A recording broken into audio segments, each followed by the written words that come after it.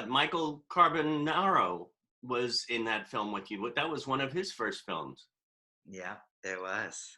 And Michael Carbonaro. yeah. Oh, connecting to some audio. You saw my name. What? No way. See, the magician. Oh my gosh. Is it real? My brother. Remember it. I haven't seen you since Halloween. Yes, exactly. And then this whole COVID time. What's this now? I don't know. I haven't been following the news. I know. Michael, make it go away. I know. I started it. It was the only way I could get a break. Oh my God. Oh. Were you listening the whole time? How did you know to jump in? You know, I just got a sense inside. I don't know if you were sending out vibes, but I got this sense that I was like, I just knew the password. I went in and there I knew it. Yeah. This wasn't planned. Amen. Oh my God, how fun. Yeah, what's up? Yeah. No, I haven't been listening. I was like in a dark waiting room. It just said, David will let you in when he's darn well good and ready. I had to wait for the right time. What were you talking about? What's happening? Your nudity. Just you. Just me, We were right? just talking about you the whole time. Oh, good. A real build-up. Now the interview gets to start with Michael Carbonaro, everyone. Now we can really get into the business. Oh my gosh. Of the business. I mean, the two of you met on another gay movie? That's right. Yeah, we met actually because that project took a long time to get off the ground, and it began as a series of staged readings. I guess we did it like 3 times, maybe in New York City, right, that they were trying to raise money to get that movie off the ground. So that's where we met. Yeah. I love it. And that's a long time ago now, right? This will be, oh boy. 2006? Yeah. Well, that's when we shot it, but I think it was really 2005. Yeah. Right. It came out in 2006. Right. So we were shooting in 2005, but the reading might have been like 2004 or something like that. Right. Yeah. Before that all. Yeah. Wow. Well, I know that, of course, I saw you at the Magic Castle perform your magic, and you're just huge. You're when people think of magicians now, it's Michael. Thank you very much. Oh my God! But it's you. I think of your name now. When I think of magician, I think of you. Oh, rad! Thank you. I'm gonna think of your name now when I think of teddy bears. What's going on? Oh well, listen. I'm alone here, and I need somebody to hold on to. Oh my God! Something soft and furry. I know what it's like. Yeah, Jonah, is that bathing suit hanging on your door in the background, Jonah? Yeah. Okay. No, those are all my masks. Oh, okay. I thought it was like your new 2-piece bathing suit ensemble. Oh my God, I love it. Now, Jonah, I know you sing. I mean, and oh my God, when I heard that you played in Hedwig and the Angry Inch, and I was thinking, oh my God, because one of my favorite songs from that is Angry Little Town. Oh, Wicked Little Town. Wicked Little Town. I'm getting angry. I'm getting emotions mixed up during this time. And then there's a Wicked Little Town. It's all... The inch is angry. The town is wicked. The love is an origin. It sure is. Now, have you always been singing too? I mean, beside dancing and acting, Jonah? Yeah, I think it all kind of came into play as a kid and doing a lot of community musical theater. We had a theater that seated like 1,800 people that would get all of the national tours. So we had all the real Broadway sets would come in. So I got, as a kid, I mean, Peter Pan, I had to learn I had flying lessons for 2 weeks. And, oh my God. This is in San Fran, right? Yeah, exactly, in the Bay Area. Wow. Yeah, so, and you know, Evita and Bye Bye Birdie and Music Man and all of those shows. Yeah, so I was singing then and, you know, continue to now. now in my own cabaret. I've seen Jonah singing at Cafe 101 right here in Los Angeles, just sitting at the bar eating pancakes. We sang together. We did. We sang Peter Gabriel together. Oh my God. So, I mean, do you perform too, Michael? Do you sing or? I actually went to school for musical theater and did a bunch of musicals in high school, but I know I don't really pursue singing, but I think I'm always just sort of singing around the house and stuff. I want to do a project where I got to do some singing. It would be fun. Yeah. By the way, I haven't, I mentioned it to Jonah, but those films of yours, I mean, I know it's like back in 2006. Do I have this? I mean, they're classics. This is a movie that people go, oh, have you seen this? And it's like, it's fun. It was something that a lot of people needed, especially after the American Pies and all those others. And this went to that other level. No. Oh my God, I love seeing you guys. I agree with you. I mean, I agree. It's funny because I haven't seen it. I just was saying, not yesterday. It was yesterday that I was like, let's screen it outside. Like, cause I have a screen and a projector that I could set up. And I'm like, let's do like an another gay movie thing outside. Would you come to that, Jonah? Yeah. Oh yeah. You're not taking precautions. Jonah's throwing pool parties. I am not throwing pool parties. Not throwing pool parties. I am not. They are just simple sex parties. Just oh my God. Very. That would be so nice. Oh my God. To have a pool party. No, no. I would love a pool party right now. Michael, you are on break from touring the country. Yeah, I figured I'd take a break because everything got disappeared. I thought since everything got canceled, I was like, you know what? I'm gonna not go to these gigs. It's insane. I was right in the middle of a tour. I literally was flying into Indiana. The plane, it was right when it's like somewhere in mid-March when it was like things are starting to get canceled, but not everything. I had a weekend of 3 shows, 3 live tour shows, magic shows, and we flew into Indiana, landed, and when we landed, there was a message from my agent on my phone that was like, they're all canceled. We didn't even leave the airport. We all just rebooked our flights back to LA, and that was the last. Everything has been postponed. Yeah, and so, it's been a ride for sure for everyone. I know, but and it does kind of come in like a strange different levels of mourning in a way because, I knew that things weren't going to pick up again. I was really cynical right out the gate. I'm like, you know what? We're not going to be back up on stage until fall of 2021. I was like, you watch, it's going to be that long. And I think I'm still right. But I didn't really take that in until like a week and a half ago. It really set in that I was like, whoa, this is a bummer.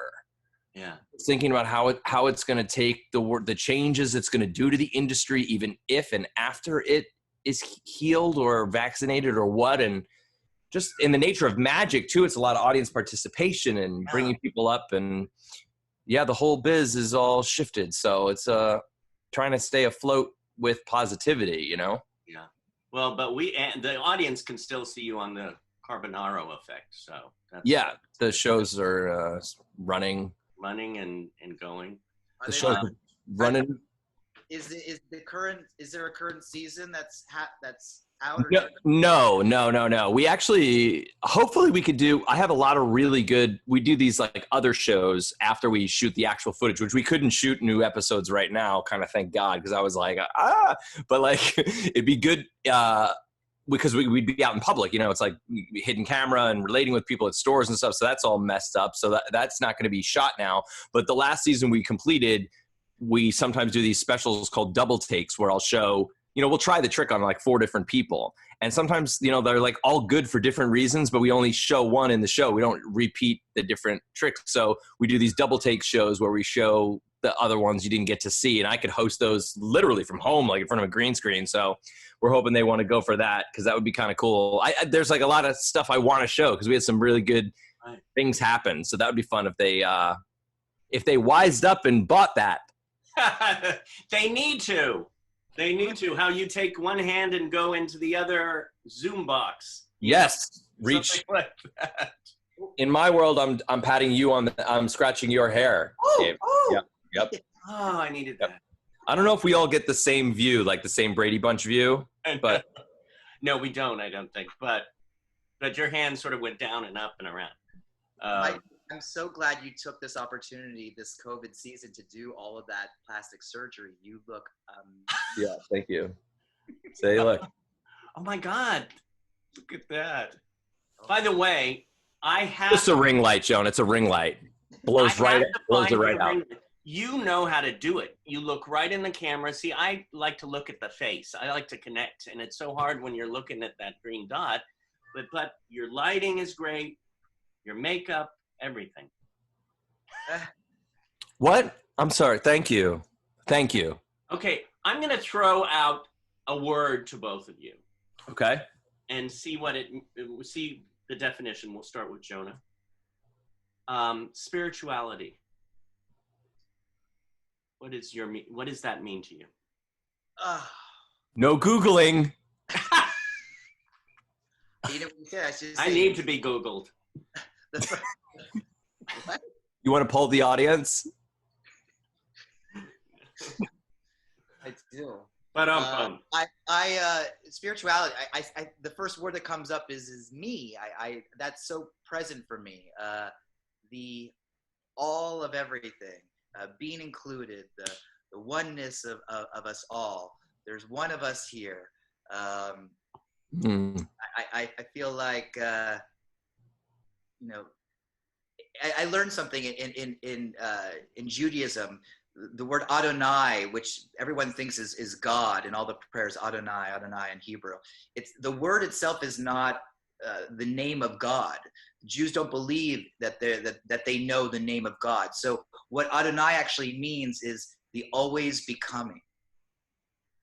That's what we call God, the always becoming. That's how we describe God, which is, living in the moment. That's what the world is. It's always becoming. So spirituality to me connects to that, the always becoming. That's beautiful. Cheers to that. Cheers to that. I'll tropical cherry sparkling water to that. Almost a shot. That's our ad for the day. Wow. Now you could go with spirituality, or you could go, Michael, with emotionality. And if you don't have either, well, I haven't had feelings since '86, so I'm trying to recall the last time I think I wrote about it. No, well, first I would say it's funny you said spirituality to Jonah, because if if this was completely an unconnected event and someone stopped me in the middle of the street somewhere and said, name like friends of yours when you think of spirituality, Jonah would be like one of the maybe only three I would mention as friends that just like have spirituality present to me. So that was really cool that you asked him that. We connect. Our friendship is been on a spiritual level for, we just, it's a soulmate kind of friendship. So yeah, that was a good word for him. I'll take emotionality because that's the scary one, I think, in a way. Emotions are like this free ride and roller coaster that it's wonderful to be able to connect to them. Mm-hmm. But emotions are, I think about what it means sometimes. It's just the visceral reaction that is always valid. Mm. Whatever you're feeling, it's like to always validate whether it's anger, jealousy or excitement or love or fear, whatever is happening. And most of the time it's me having to kind of recompute. Like I'll be feeling jealousy and I can explore that emotionality and be like, why am I feeling jealous about this moment? And I could say jealousy is coming from me being afraid that I'm not good enough. And I'll like look into what that is. But a lot of times emotions are just sort of like, they are just kind of like the impression that you get from whatever's happening to you and what's going on around you. And it's never wrong, but always good to, acting upon the emotionality is where you can start to make choices. How am I going to deal with this feeling? How am I going to process this feeling? can I process it? Am I ignoring it? And if I'm ignoring it, maybe I'll be making wrong choices. But emotionality is kind of the raw starting point for where you can be a grown-up and make decisions about how to act and deal and process. Especially at this time, too. Oh, I know. Yeah. Yeah. We have, of course, Performing Arts Studio West here watching this. Not live, but they're watching it when they watch it. But we do have one of the students joining us now. And he actually, his name is John Tucker. He actually was on the Emmy-winning show Born This Way. And he's coming in to ask you questions, a couple of questions. Are you going to show your face, John Tucker? John Tucker? Show your He's face. showing your face, John Tucker. There we go. John Tucker. Oh, no, okay, here we go, John. Ask us, now try your video. Okay. Right. Am I in the video?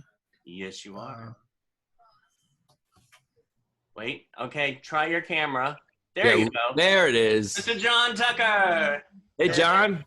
Hi. We have Jonah Blechman, Michael Carbonaro, John Tucker.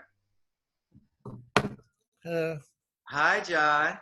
Hi. I'm good. I'm just seeing about seeing the TV show Born This Way. I love how you love to watch that show. It's a wonderful show. How many Emmys did that get?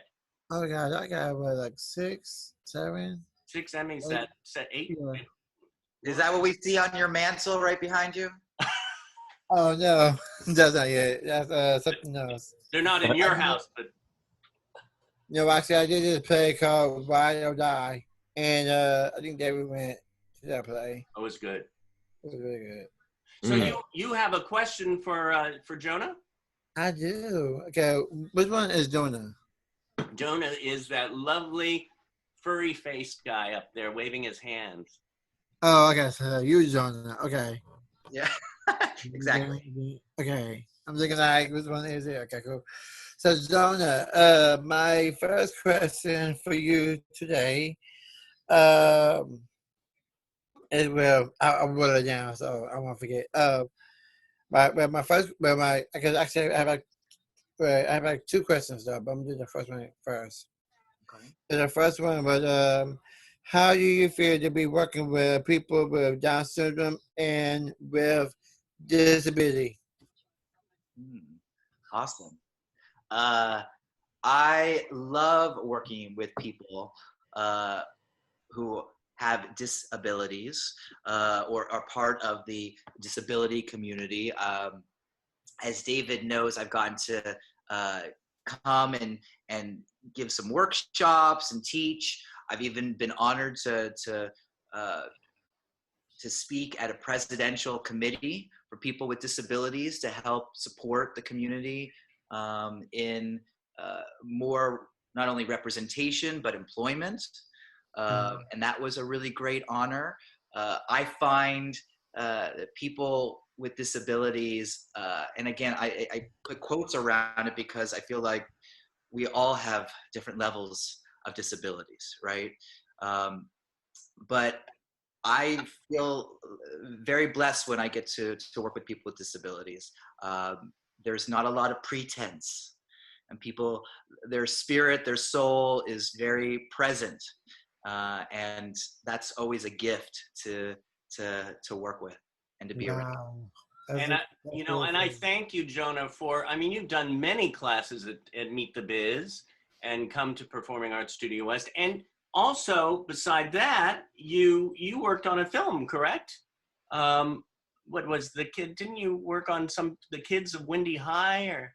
Oh yeah, I've been a producer and a co-director on a documentary that's still in its process about the kids of Whitney High,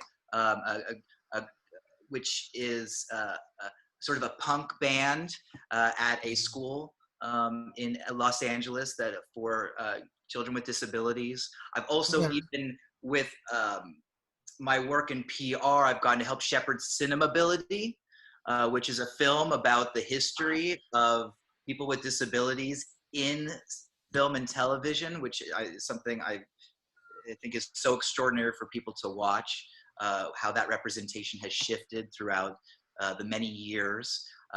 Yeah, I saw you. I don't know if you talked about this before I came on the feed here, but Yeah. you know, in your production, you choreographed and were dancer in the Pippin production, which was done. You're right. That was the Really? deaf version of Pippin, where I got to learn sign language, and half the cast was deaf, and the whole show was signed and sung, and got to. And magic. That's what like we connected there too, because there's magic in that. Yes, I was the magic captain. Yes. Oh my God. I saw that performance. That was great. Me too. Yeah. Yeah. Wow. So then the other question was, okay, this is kind of odd. I can't believe I'm asking this question.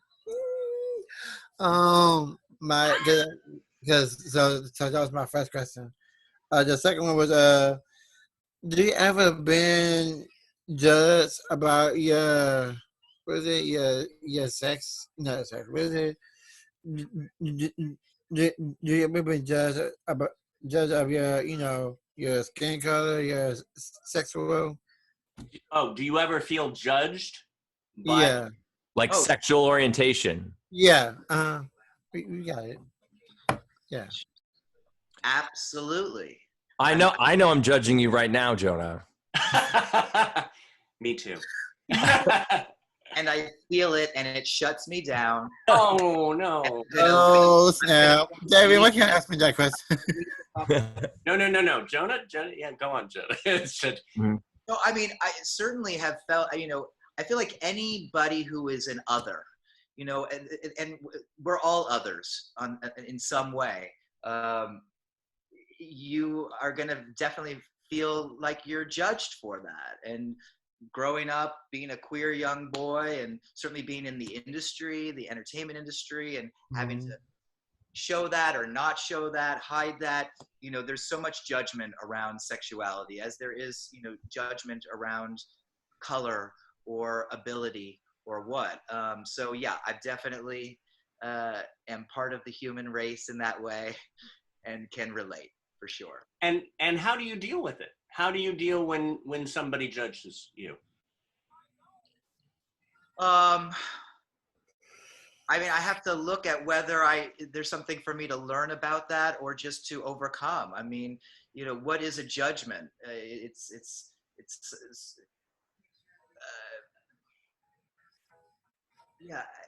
something to find and process, to not take personally, to see where there is truth that may be there, because some judgments, there are truths to that. Just like certain stereotypes, there are truths in those.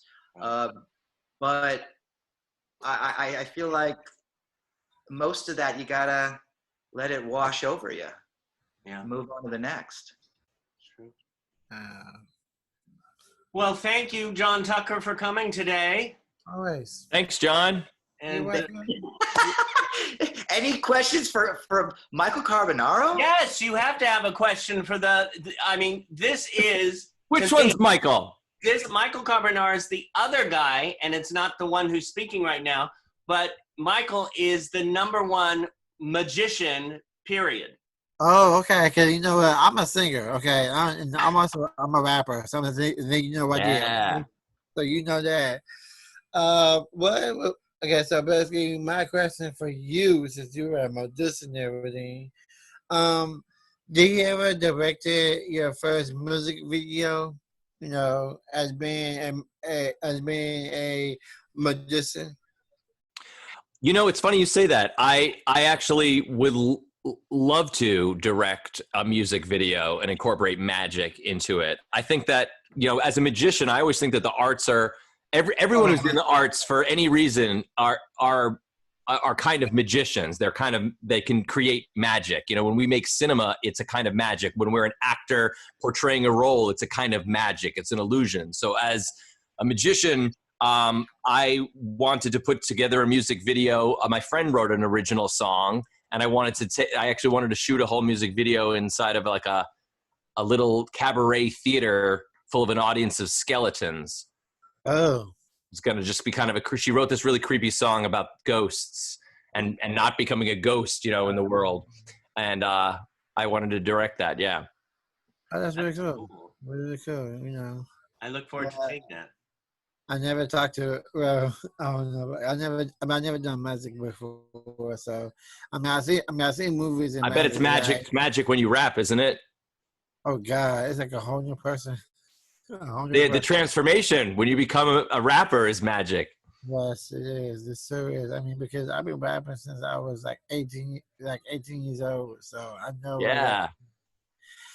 What was the first magic show that you ever done? Were you in a circus or? First magic show I ever did. Well, I learned kind of through special effects makeup. I loved horror movies and monsters. You could see some of them in the background here. Like I have these like creepy things up on the wall. There's little monsters over there. There's Jaws. You got your monsters. I got my teddy bears. Yeah, there's a gremlin, picture of a gremlin. So I kind of found my way into being a magician from special effects. But my first performing was like I started doing birthday parties. Like I would be hired as a magician. When I was 13 years old, I started performing for like kids' birthday parties where I would do a little magic show and celebrate their birthday. And that never stopped. I just kept performing and performing as an entertainer for different events. And yeah, that was it. 13 years old, first show. Unless you count like in front of family and friends and stuff when I was like 8. But what makes it? So you never stopped doing magic when you got into acting, or did you always want to be an actor and a magician, or did it sort of kind of a love-hate relationship with magic sometimes when I like was on I went to NYU thinking I was going to be the next David Copperfield. When I went to school for drama and acting, I still was like, wanted to be a magician. But then when I got into the program and really like got absorbed into the acting and I started doing stand-up comedy, I was like, you know what? I kind of want to be an actor, I think, and then I'm like, maybe I want to be an actor. Maybe I want to be a magician. So it's kind of a battle. And sometimes it's hard to be taken seriously as an actor. If you're like a magician, you're like, oh, really? You're also an actor? Okay. Yeah, that's cute. So sometimes that would be a challenge, but magic has opened a lot of doors for, I did a magic trick at my audition to get into NYU. It certainly wasn't my grades that got me into NYU. So probably, but yeah, I love all things that are magical about this whole business and theater, this art and this whole industry is a kind of illusion. It's kind of a love of illusion. It's just creating things that aren't really happening and getting to the truth of them and making them seem like they are. And whether that's a great performance in a film or, a monster breaking through a wall in a movie that you believe is real for a second or looks really real. It's all built on some kind of, we're all magicians. Wow. Yeah. So I want to see some magic. Can you do some magic for, are you gonna bust out a rap for us? Yeah. Sit back and watch what happens. Yeah. Right? If you do some magic right now, I can bust out a rap for you. I happen to do. Now, this is like one of the first things I learned as a kid, and my uncle used to do it. It's a silly little trick, but I happen to do it quite well, and I'm going to show it to you. It's this one with it's the one with the dislodging thumb. Where the thumb comes off. Have you seen that? Where you pull your thumb off like this. Look, watch this now. You see how it comes off? Oh my! Oh my God! I mean, that's done well. That's It's done very well. I can't do it. No, yeah. The magic. And that's what I did to get into NYU. Oh. Was it that one? That was it, huh? They were like, take him. Take him. He knows he's a god. So now John, Mr. Rap. Oh goodness. Okay. I mean, I can come up with a rap about. What can I rap about? I can rap about you guys. Okay. You want to start? Okay. Let's see. How can I put this? Let me see. I'm just I'm just chilling right now, just talking to David on with the base with his cast members. He's so cool and so high. I love David so much. He got his own TV show, PSW, and that's how we roll every second day. You know it. You know how we roll, how we flow. Saying, what I'm saying? For real, got me. JT from Bonus Ray. We got, everybody don't play. I don't care what you guys say. I'm not saying dumb, but I'm going to let you know who's the wizard for real, because for real, JT on that microphone, I'm saying, it's a medicine, I'm saying, for real, we keep it real, 100%, how we do it, that we give for so, how we roll, how we flow, how we roll, I'm saying, no, here we go, yo, big bang. Yeah. Yo. Oh, I love it. Well, if this was a rap battle, you definitely beat my thumb trick. That was great. Yeah. But yeah. I have That one was more great. question of you. One more question of both of you. When are you going to work again together? Jonah and I? Yeah. What are you doing at 5? I'm coming over. Yeah. Yeah, that's a great question. And it's funny, anytime I'm working on something, I always call Jonah to connect in some way. Jonah's worked on the TV show before. I did this really cool performance of Edgar Allan Poe's Telltale Heart, and I had Jonah come in and help coach and work on that show. So, yeah, I mean, gosh. I worked with Michael on his stage show. I was your buzzing bee. You played a bee in the stage show. As well in that moment. So you've officially been a magician's assistant. Mm-hmm. But it was never cut in half. Not yet. Not yet. But You were Vanna White. See her right through me, Carbonaro. Yeah, I'm going to cut you in half, all right. Oh, God. Cut it up. But yeah, that's really good. Thank you. This was fun. Yeah. Yes. Yeah, thanks, John Tucker. Thanks, Michael Carbonaro. Thanks, Jonah Blechman. Yes, John Tucker. Thanks, John Tucker. You're welcome, most definitely. Michael, thank you for the surprise. Yeah. Thanks, David. Jonah, love you. We Love had you magic all. to do. From his hit TV show, The Carbonaro Effect, magician Michael Carbonaro is coming to a city near you for an electrifying live performance that families nationwide cannot stop talking about. Jam-packed with audience interaction, hilarious video clips, and his signature blend of bizarre antics and mind-blowing magic performed live on stage. Don't miss out on your chance to feel the effect of Michael Carbonaro live. Believers, you can close your eyes.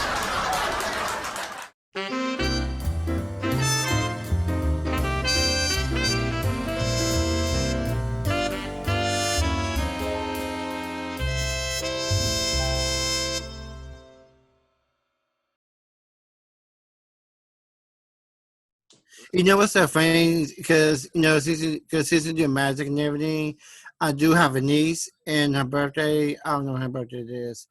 I might have to book you for a magic show. My calendar is wide open. All right, I'm just saying.